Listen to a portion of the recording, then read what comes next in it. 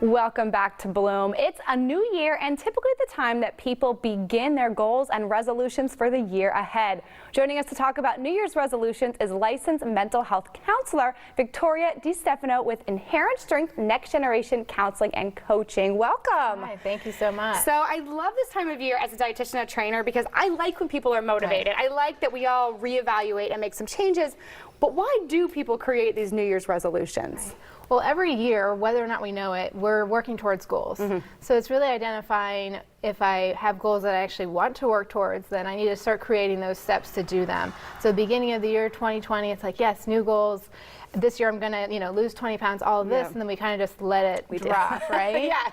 So kind of identifying what we want our life to look like in a year and bringing it back to what am I doing this week to work towards that. And that's kind of how we keep that on track this whole year. Even if we set a goal and don't make it, is there a benefit to that visualization and that sort of forward thinking? Yes, definitely. Having that idea of what we want our life to look like 5, 3 years, 1 year we will in turn start working towards that more so than not, and identifying barriers that we may come across, before we kind of be proactive in identifying what's going to help me get here, what are going to be some barriers that I come across, so that as we're working towards those goals, we don't stop. That's a lot of times what happens is we reach those barriers and we're like, can't do this, I'm out. And then you don't go back. I'll try again.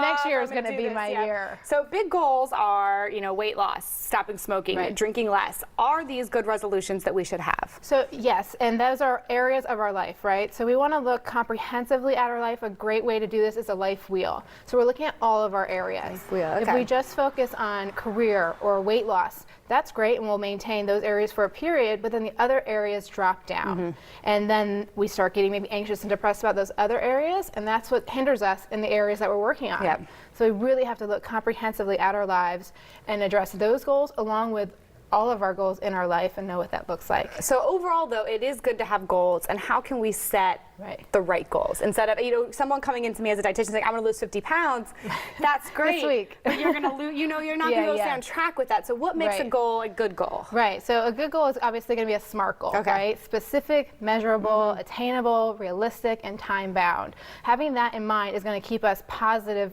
like thinking and moving forward.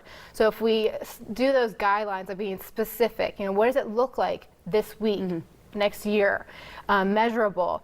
If I want to lose like 50 pounds in this time frame, realistically, what do I need to do this week? And kind of, again, building up from where we're at to where we want to be and staying on track, being realistic, and setting that time frame for ourselves as well. What do we do then? We kind of talked about it and we throw away the resolution, maybe it's February, we don't even remember what our resolution was. What do we do then to refocus? Right, so a good step to do is kind of create that first. So when you create those resolutions, make sure you write them down, you have some stuff set, so you have something to look back on and say, wow, I'm getting off track here.